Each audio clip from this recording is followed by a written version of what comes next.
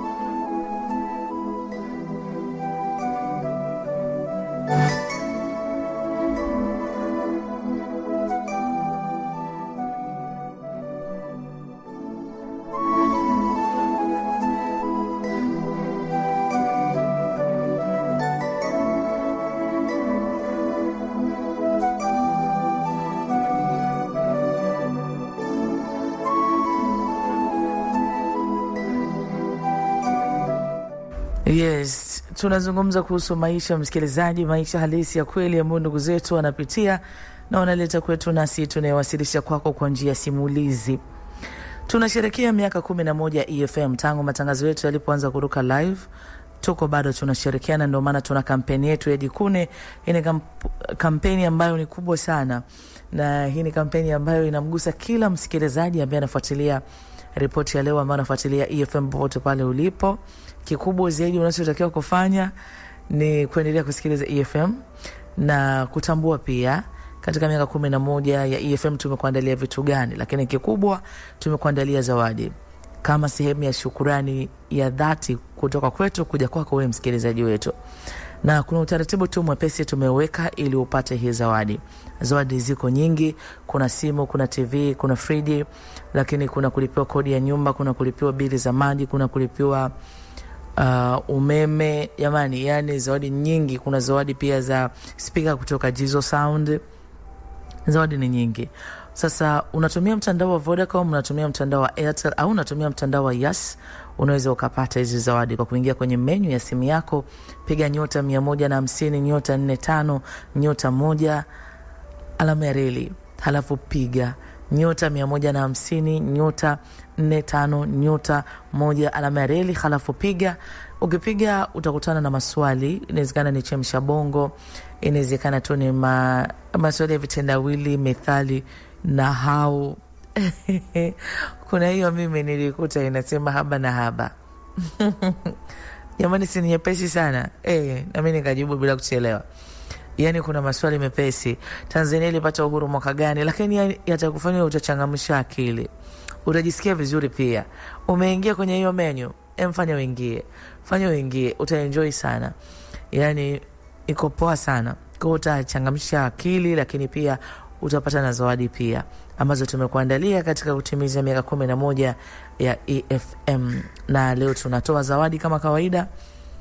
Endelea na wewe kujibu maswali.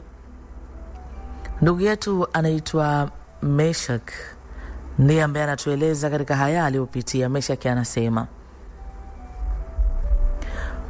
anasema ni jambo la kushangaza sana, ni jambo ambalo linazidi kunipa hofu kubwa sana. Najua sana. Kuna mambo niliyafanya katika nyakati zile, pengine sikuwa na picha ambayo sasa hivi naiona. Nilifanya kwa sababu niliona ni ya kawaida na nilihisi kama hayanihusu moja kwa moja. Yale maelekezo nilipoyafuatiliza, sikujua kama kuna siku moja yale maneno niliyoyatamka yanaweza kasimama mbele yangu na nikaambiwa, kumbuka yale uliyoyasema. Kwamba kwa maneno yale ina maana wewe ulijiambatanisha pamoja na sisi. Ina maana wewe ni wa kwetu. Na kama ulipokelewa kwa mikono miwili, wazee walifurahi wakakupokea, huwezi kuondoka hivi hivi.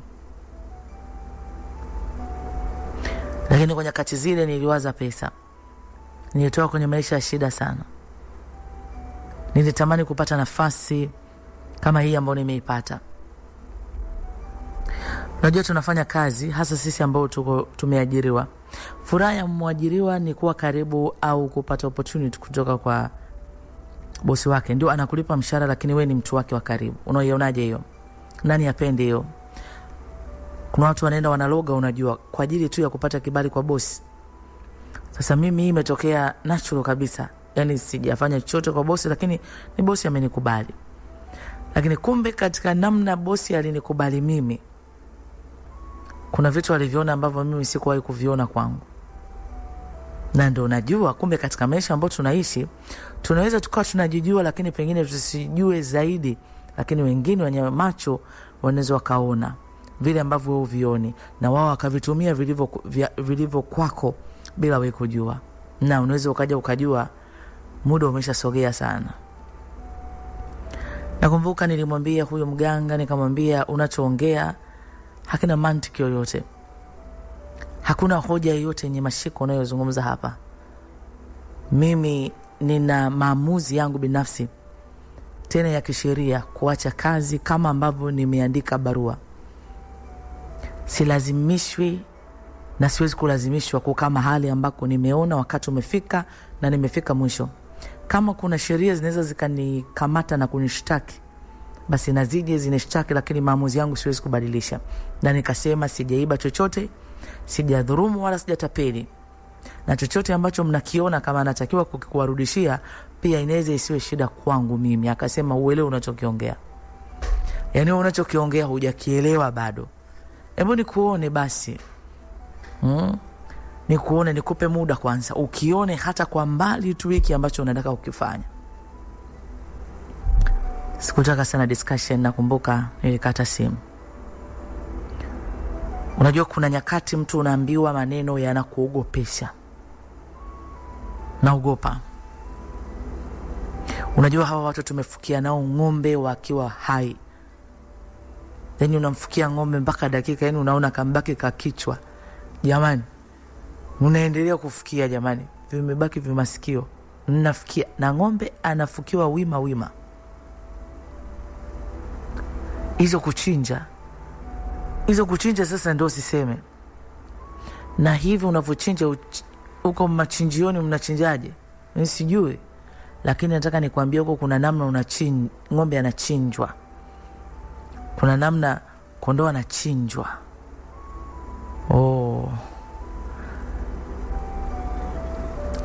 Naona moyo wangu unakosa amani. Vitisho vimekuwa vingi.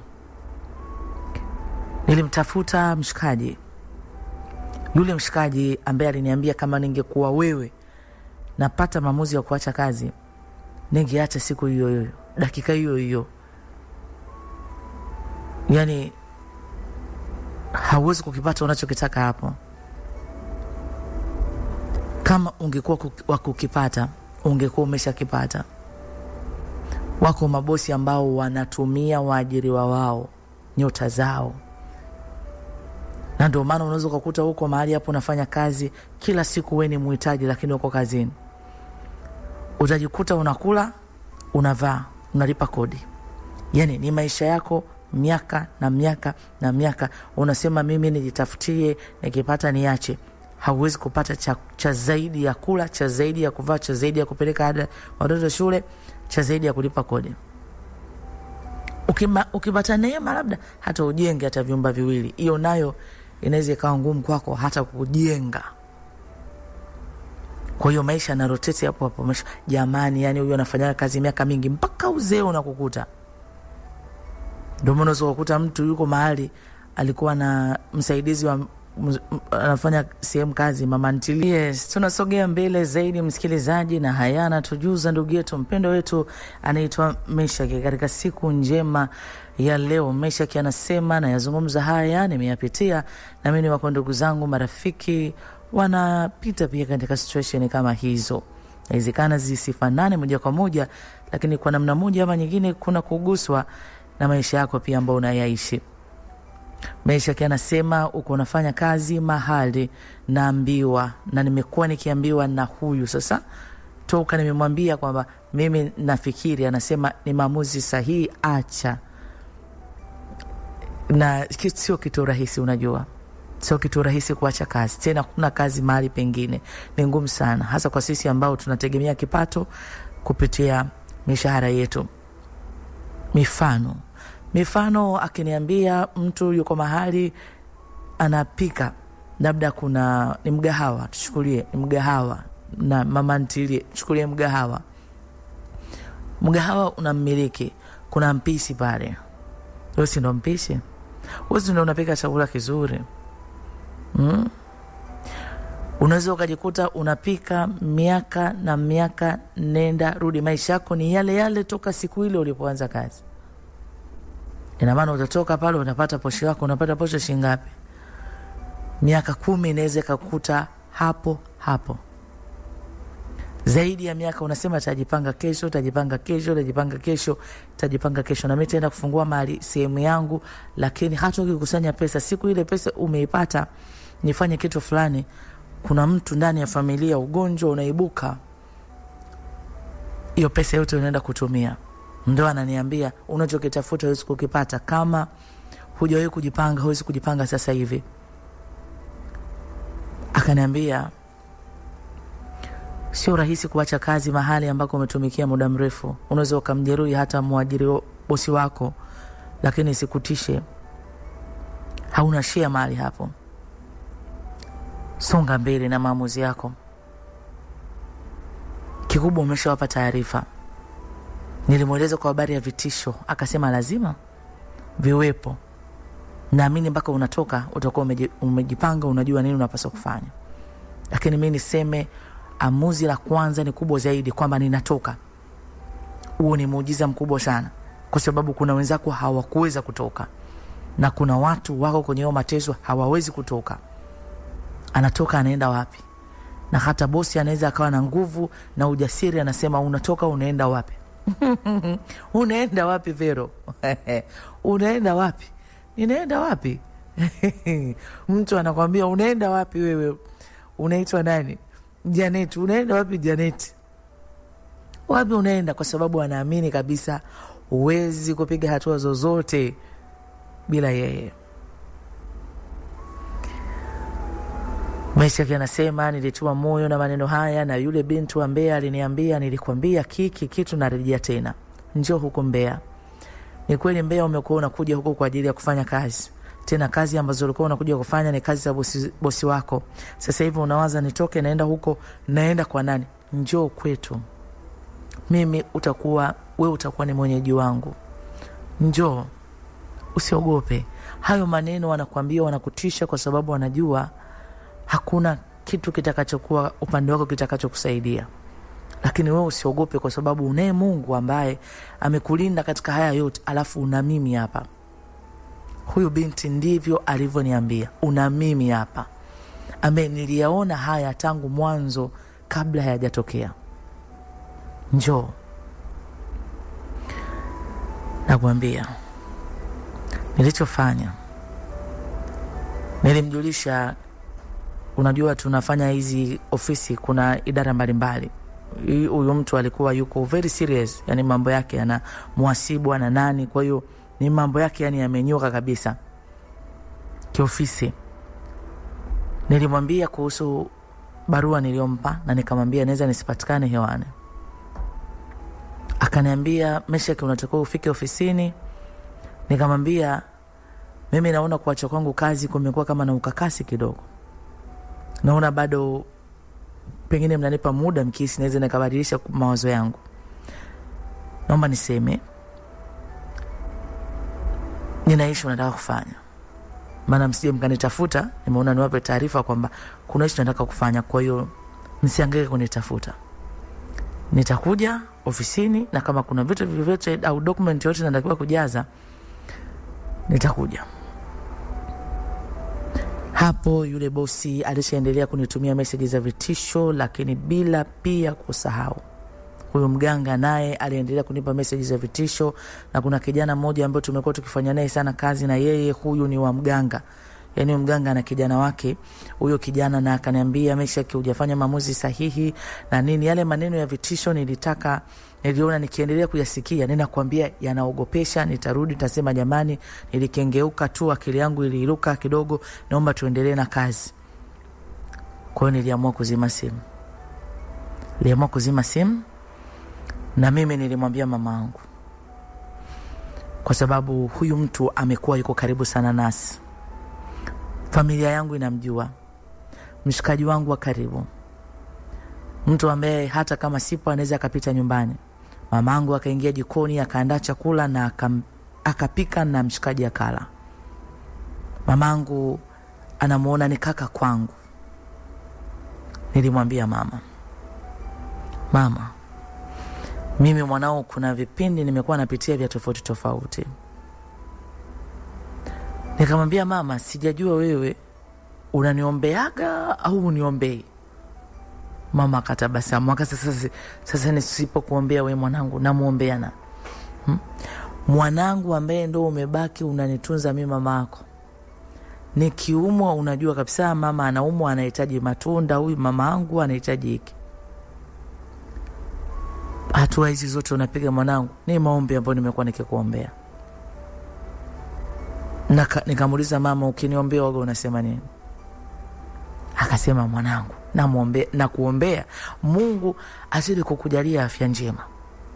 Ninamwomba Mungu akujalia afya njema we mwanangu, maana uwepo wako kwenye maisha yangu una maana kubwa sana. Na mimi nimekuwa nikikuombea mwanangu uishi miaka mingi. Mimi mama yako nitangulie na unizike. Na wewe mwanangu, kama unavyojua ninavyokuombea, nataka uoe, uwe na watoto. Maombi kama hayo mwanangu nakuombea. Ulinzi mwanangu nakuombea, malaika wa Mungu akulinde. Na nakuombea kwenye ile eneo, malaika wa Mungu akulinde asubuhi utokapo na wengi hapo. Na unajua mamako, maombi ndio eneo langu. Basi nikatabasamu nikamwambia, basi mama, kuna mazingira tapita sana sasa hivi, niwe muwazi. Mama akaniambia, ni nini? Nikamwambia, mama, mimi nikwambie tu kweli. Unakumbuka habari ya msiba wa mshikaji wa mtoto wake?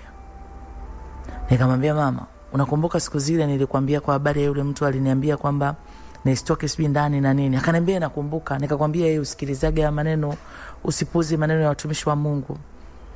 Nikamwambia, mama, basi yule mtu aliniambia bosi wangu sio mtu mzuri. Mwanangu. Nikamwambia yeye. Akaniambia, mwanangu, sio ni watu wenye wivu.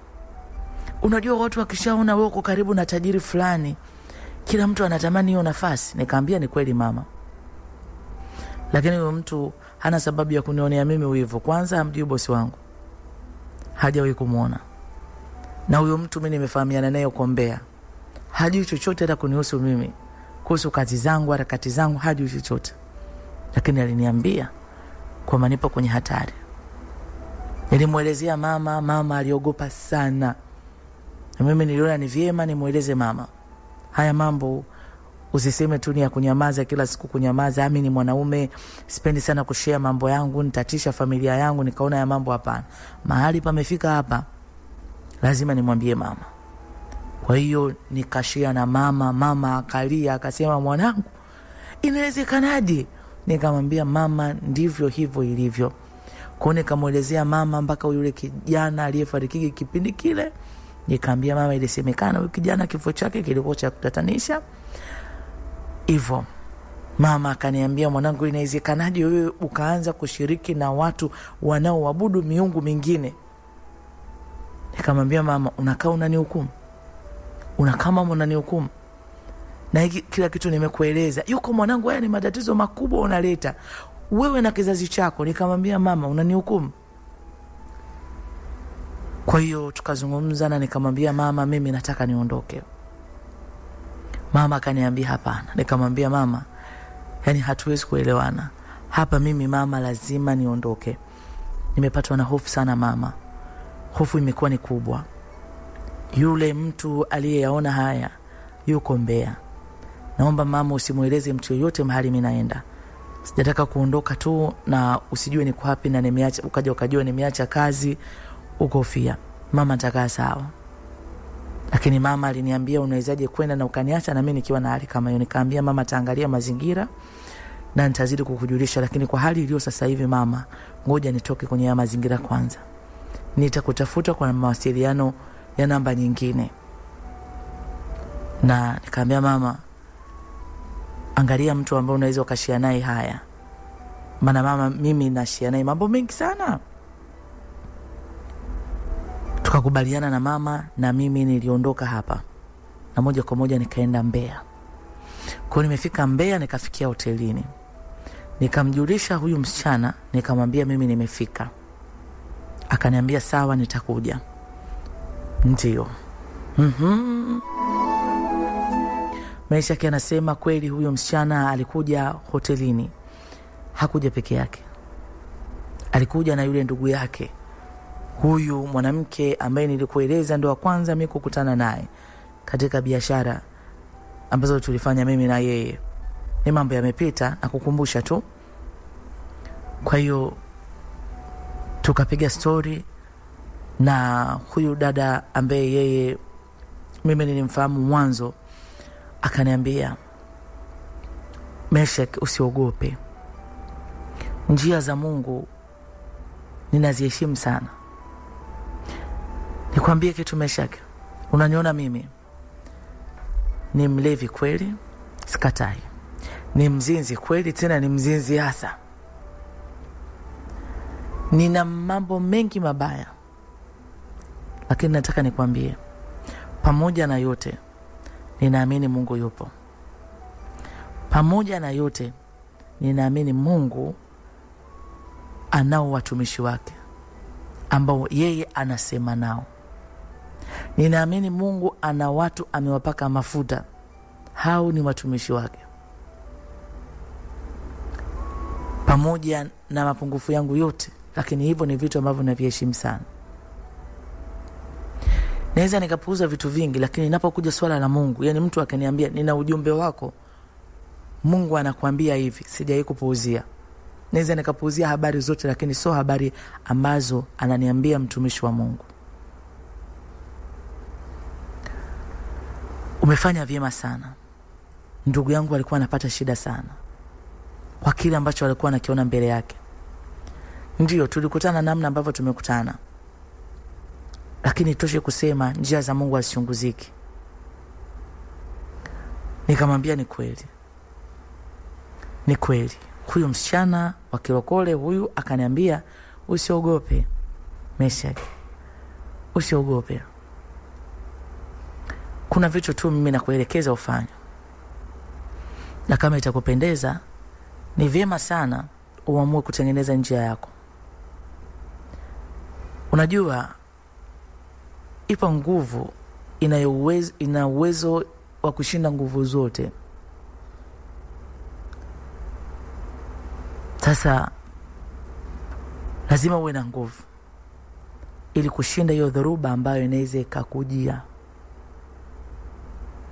Bila kuwa na hiyo nguvu, hata mimi nikisema hapa tuwe tunakuombea, haitakuwa na msaada kwako. Nikamwambia nimekuwa kama kichaa. Yaani nimekuwa kama kichaa. Nikimuelezea mtu anaweza akahisi mimi nimepata matatizo ya afya ya akili. Sijui, ila tu nimepatwa na hofu. Yaani ndio kitu ambacho kinanisumbua zaidi. Nimemueleza mama yangu, ameshangaa sana. Ni yapi hayo ambayo unataka kunieleza? Akaniambia, kwanza nikwambie Meshaki, kubali kama ulimkosea Mungu na ukubali kutubu. Fanya toba ya kweli, ya kuonyesha kujutia yale mambo ambayo uliyafanya. Mwambie Mungu uliyafanya katika nyakati za ujinga na unatamani kuanza upya. Mungu wetu ni wa rehema. Yeye anasamehe dhambi. Haijalishi mtu umetenda kosa gani, anasamehe, anakusafisha na anasahau. Nikamwambia, si ni wewe ndio uliniambia kwamba Mungu anasamehe dhambi na anasahau, lakini si kulipa gharama ya yale niliyatenda lazima niyalipie? Akaniambia, nilikwambia hivyo ukijua sio kwamba wewe sasa hivi ukisha tubu kila kitu kitakuwa kiko cool. No. Kwanza ni utakuwa huna kazi, cha kwanza. Kwa hiyo ina maana utapita katika kipindi ambacho labda kina dhuruba. Lakini pia kitu kingine, unaenda kuwapoteza watu ambao ulikuwa nao, ulikuwa ukishikamana nao, ukifanya nao vitu mbalimbali. Watu ndio kwenye maisha yako. Ni kipindi fulani ambacho lazima upite. Lakini pia Meshaki, mambo hayatakuwa tu smooth pia. Yaani ni kwa mfano mtu umekuwa unajiuza, unafanya labda ukahaba. Umekuwa na mahusiano na wanaume tofauti sana. Mwisho wa siku umepata maradhi. Umepata maradhi, unasema mimi sasa hivi natubu, nataka kumrudia Mungu. Ni kweli utasamehewa, lakini je, ule ugonjwa ambao utaupata utaondoka? Ina maana hautaondoka. Utaendelea kukaa na huo ugonjwa. Na huo ugonjwa utakusumbua. Ina maana faida ile ya dhambi, ile faida ya dhambi lazima utaiona hata kama utakuwa umetubu. Na utahitaji time pia ambayo itakufanya wewe ulipe gharama. Lazima utalipa gharama. Sijajua kwa kipindi gani, lakini imani yako wewe na Mungu wako, Mungu anajua ni lini anaweza kaponya hiyo shida inayokusumbua, au unaweza kukaa nayo mpaka nyakati za mwisho wa maisha yako. Hayo sasa yanakuwa ni ya Mungu mwenyewe. Sijakwambia hivyo kukutisha, nimekwambia kwa sababu huo ndo uhalisia. Na nakwambia ukijua na unapomwambia Mungu kwa kumaanisha na kumwomba Mungu akuvuche katika kipindi hiki salama. Huyu dada akamwambia, unamwambia maneno ya kumtisha zaidi. Anahitaji tu toba, amwombe Mungu msamaha basi aishe. Na huyu msichana akaniambia, nikwambie mimi mwenzio,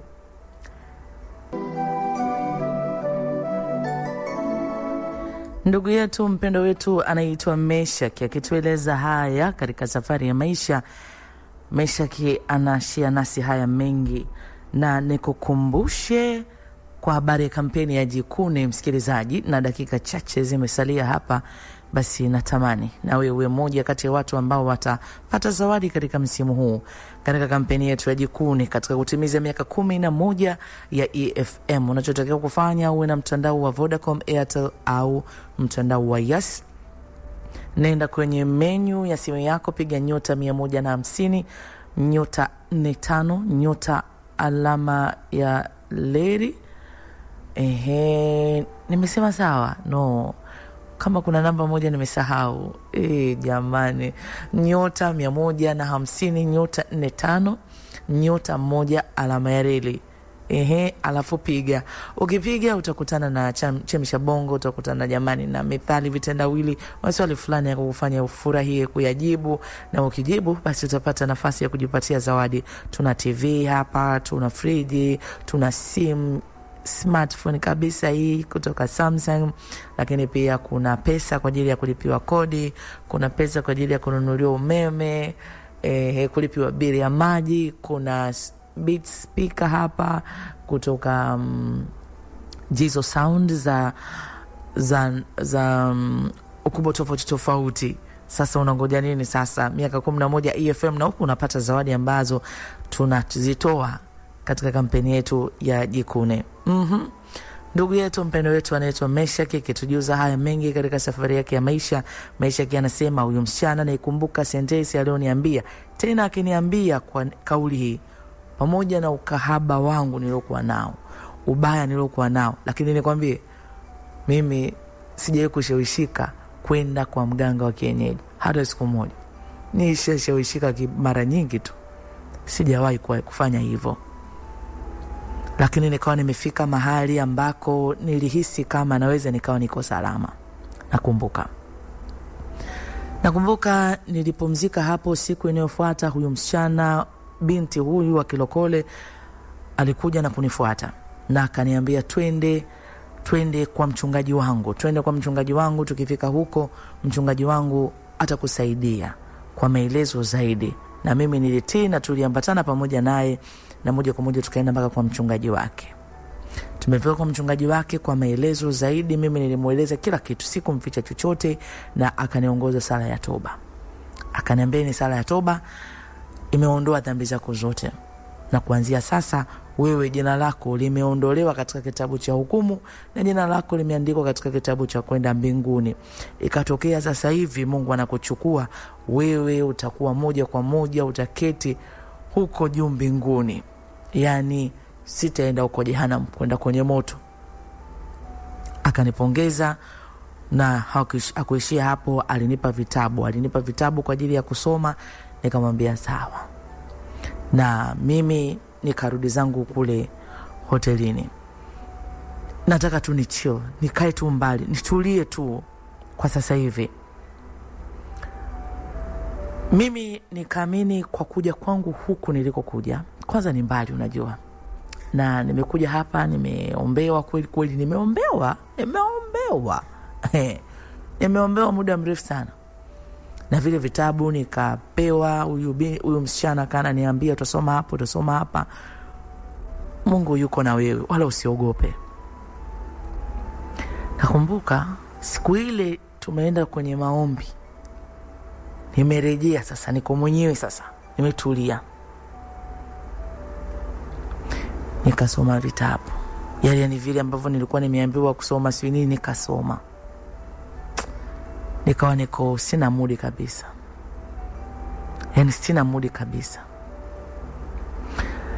Nikasema ndio nikajimwagia maji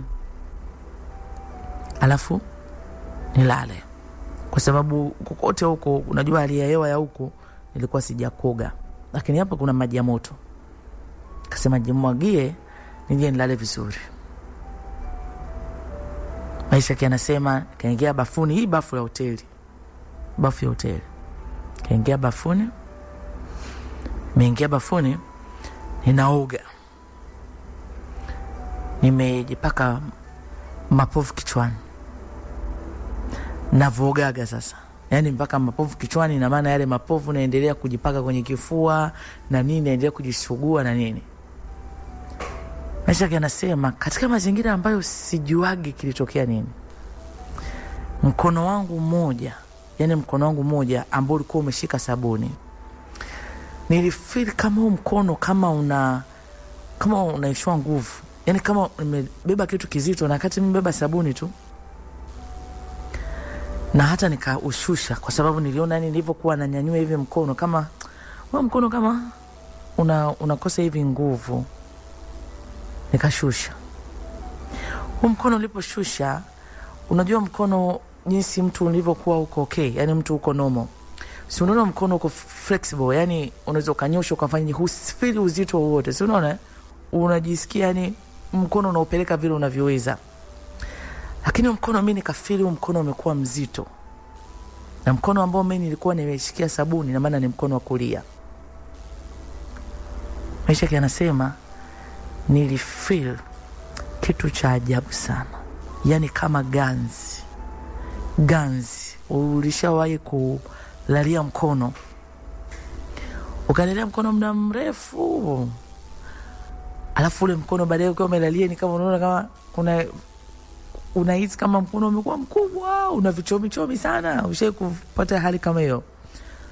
Vichomi vinakuchoma kwenye mkono. Yani unafeel kama mkubwa, yani unasema jamani, yani unaweza ukaota unausugua hivi. Yani unafeel kama umekuwa mnene, usugue angalau uwe mdogo. Umeshika kupata na hali kama hiyo?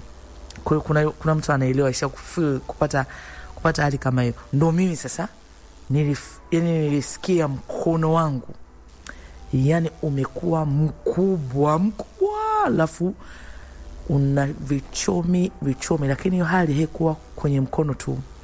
Ilikuja kuanzia nusu, yani nusu ya kiwiliwili changu. Yani nilifeel kuanzia kwenye upande wa jicho, mdomo, begani, mkono mpaka mguu. Nilidondoka.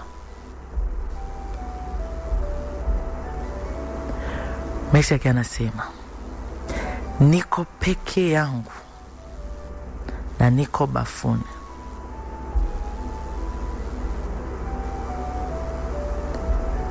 Peke yangu na niko bafuni. Katika kitu ambacho kwa mara ya kwanza na kiexperience kwenye maisha yangu ni pale ambapo nataka kusema.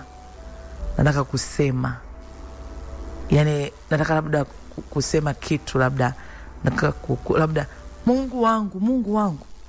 Ninaona mdomo wangu hauwezi kusema. Sivi kwa mfano unaziona lips za midomo yako sivyo ziko juu na chini. Si unaona mdomo wako unaweza ukatamka maneno ukashusha mdomo ukafanyaje? Yani huu mdomo upande mmoja umeenda yani kama umehama. Kuna mtu anaweza kaa anaelewa, labda ameshakutwa na situation kama hii. Unaona ukiongea hata Mungu wangu uweze ukaitamka hii. Kwa mfano mimi nasema Mungu wangu inatoka clear kwa sababu yani umbo la mdomo liko sawa. Ikienda tu tofauti, sauti haitoki hivi. Maneno haya hayatamkiki hivi. Sasa na mimi ndio nilivyokuwa nasema Mungu wangu. Yani nikwambie ni mzito jamani, sijui ni kitu gani hiki. Sasa nawezaje pata msaada? Yani naona kabisa hapa mimi niko na hii hali siwezi kufanya chochote. Na niko bafuni. Na ni usiku. Siwezi kusema naweza nikatoka. Simu niliacha kuna kisturi kwenye kitanda, kuna visehemu vya kuweka vitu pembeni, ndio simu iko pale. Ninatokaje hapa? Mimi nilisema kweli. Yule mganga aliniambia kitu. Ina maana hiki ndicho ambacho kilikuwa mbele yangu na sikujua. Niliogopa. Ulisho kupatwa na jambo ukasema mimi naondoka. Yani kifo hiki hapa, yani mimi hapa nilikuwa nasema sasa leo mimi nakufa. Yani hata kuelezea unaweza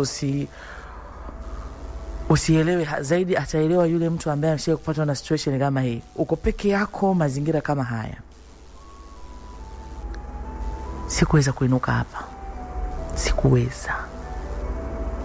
Yani upande wote sikuweza. Nilikaa hapo. Mkono mwingine huu niliona kama una nguvu. Nikawa nagonga. Yani nagonga niombe msaada. Nagonga. Sasa muda umeenda. Lakini niligonga.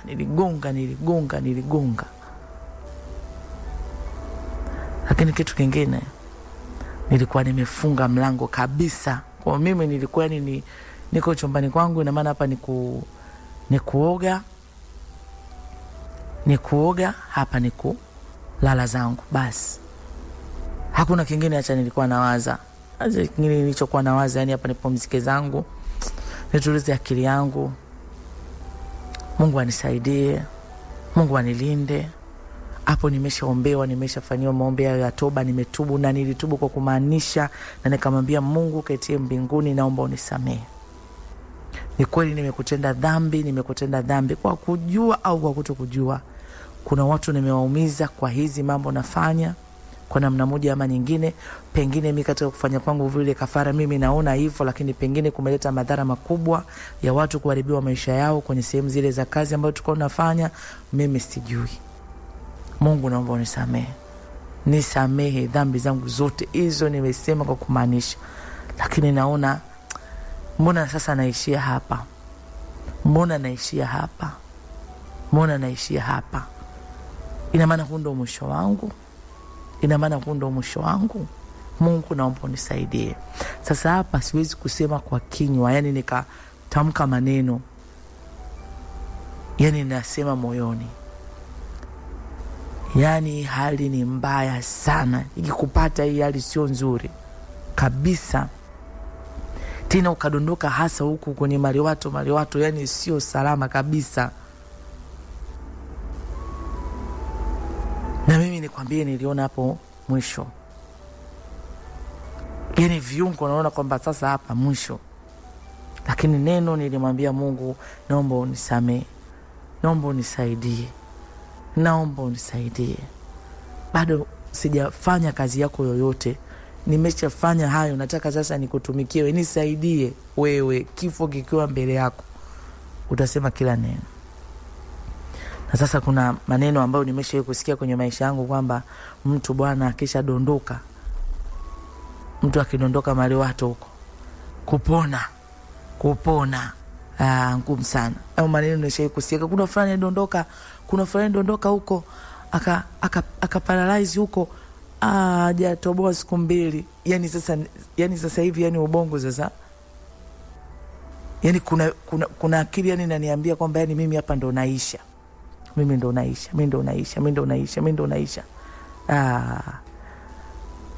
Hiyo shida ni mbaya sana, kwa sababu mimi nilipoteza fahamu. Nikikwambia nilitumia muda gani kuyafikiria haya, yani muda gani kuyatafakari haya, yani pale nilipodondoka, nimedondoka.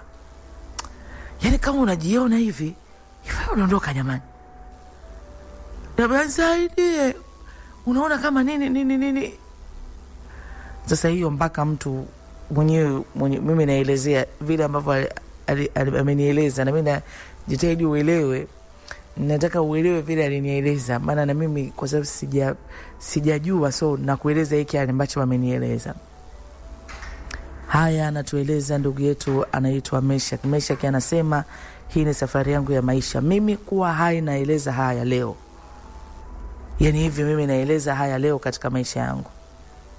Kama si Mungu kuwa pamoja nami, basi mimi naona siku hii ndio ilikuwa mwisho wangu. Kisikia mtu amewahi kuonja umauti, ndio mimi nilisema hii sasa mimi ndo nimeishia hapo. Lakini nalo neno natamani kusema nawe msikilizaji popote pale ulipo, ndugu yetu Meshaki ana mengi, na tuendelee kufuatilia mkasa huu kwa ukaribu zaidi. Msikilizaji, muda wangu umekwisha leo.